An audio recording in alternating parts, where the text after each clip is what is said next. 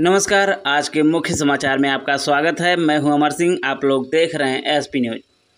हार हार फिर हार। पंचायत चुनाव में क्या बदलेगी हाथी की किस्मत?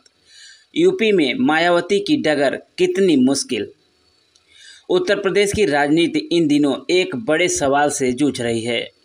क्या बहुजन समाज पार्टी बसपा की सुप्रीमो मायावती 2027 के विधानसभा चुनाव में अपने पारंपरिक दलित वोट बैंक को फिर से एकजुट कर पाएंगी या उनकी राजनीतिक ताकत का ग्राफ और नीचे खिसकेगा? 4 बार मुख्यमंत्री रह चुकी मायावती भारतीय राजनीति की उन गिनी चुनी महिला नेताओं में हैं जिन्होंने केवल सत्ता ही नहीं बल्कि एक सामाजिक समीकरण गढ़ने का हुनर भी दिखाया। लेकिन 2007 के स्वर्णिम काल के बाद बसपा का जनाधार लगातार सिमटता चला गया है। मायावती का स्वर्णकाल और 2007 की ऐतिहासिक जीत के बारे में आइए जानते हैं। 2007 का चुनाव मायावती के राजनीतिक जीवन की सबसे बड़ी उपलब्धि साबित हुआ। उस साल बीएसपी ने 206 सीटें जीतकर पूर्ण बहुमत की सरकार बनाई। वोट शेयर करीब 30.43% तक पहुंचा।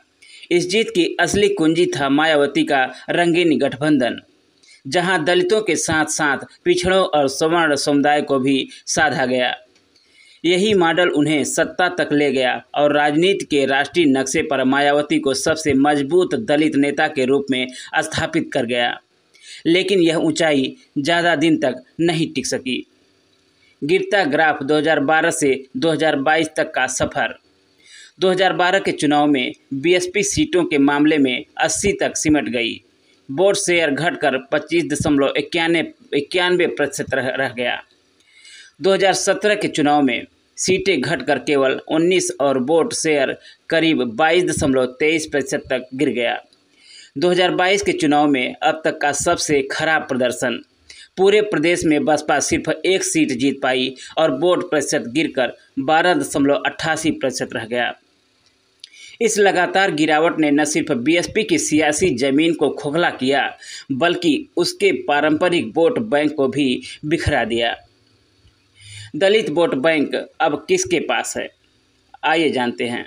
बसपा की ताकत हमेशा से दलित वोटरों खासकर जाटों समुदाय पर टिकी रही, लेकिन पिछले 3 चुनावों में तस्वीर बिल्कुल बदल गई। भाजपा ने सबका साथ सबका विकास और हिंदुत्व के एजेंडे के साथ गैर जाटों दलितों को साध लिया। सपा ने पिछड़ों और मुसलमानों के साथ गठजोड़ कर दलित वोटों में भी सेंध लगाई। चंद्रशेखर आज़ाद की आज़ाद समाज पार्टी ने भी युवा दलित मतदाताओं को खींचने में सफलता पाई। नतीजा ये हुआ कि बीएसपी का पारंपरिक समर्थन आधार बिखर गया और वोट बैंक कई हिस्सों में बंट गया। मायावती की मौजूदा चुनौती नेतृत्व बनाम अस्तित्व। 2022 के बाद से बीएसपी पर सवाल सिर्फ सत्ता से दूर होने का ही नहीं बल्कि अस्तित्व का भी है। पार्टी राष्ट्रीय स्तर पर मान्यता प्राप्त है, पर लगातार घटते वोट प्रतिशत से उसका दर्जा भी खतरे में पड़ सकता है। मायावती इस खतरे को भांपते हुए अब जनता का गठबंधन और बूथ स्तर पर संवाद जैसी रणनीतियां अपना रही हैं। ग्राम चौपाल, सामाजिक संतुलन वाले प्रत्याशी और स्थानीय समीकरणों पर जोर, ये 2027 की उनकी तैयारी के संकेत हैं। पंचायत चुनाव विधानसभा चुनाव का सेमीफाइनल। उत्तर प्रदेश में इस समय पंचायत चुनाव की गहमागहमी है।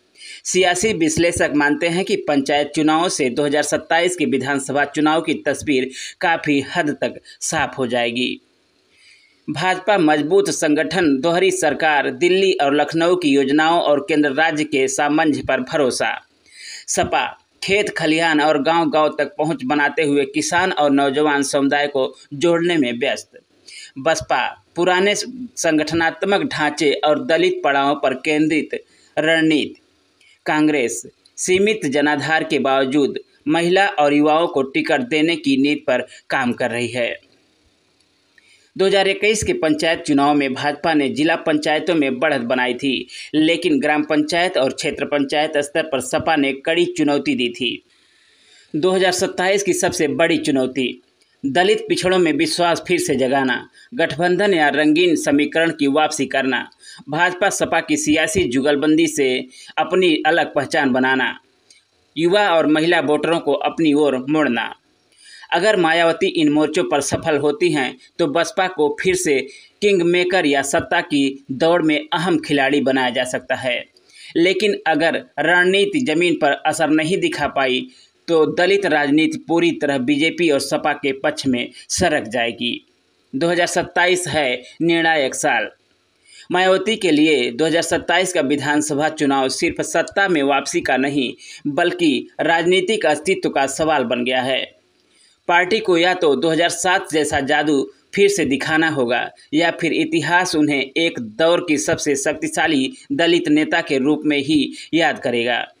पंचायत चुनाव का परिणाम संकेत देगा कि गांव-गांव और गली मोहल्लों में आखिर दलित, पिछड़े और युवा मतदाता किस ओर झुक रहे हैं। सबसे बड़ा सवाल ये है कि क्या मायावती अपनी खोई चमक लौटा पाएंगी या 2027 उनके राजनीतिक सफर की सबसे कठिन परीक्षा साबित होगी।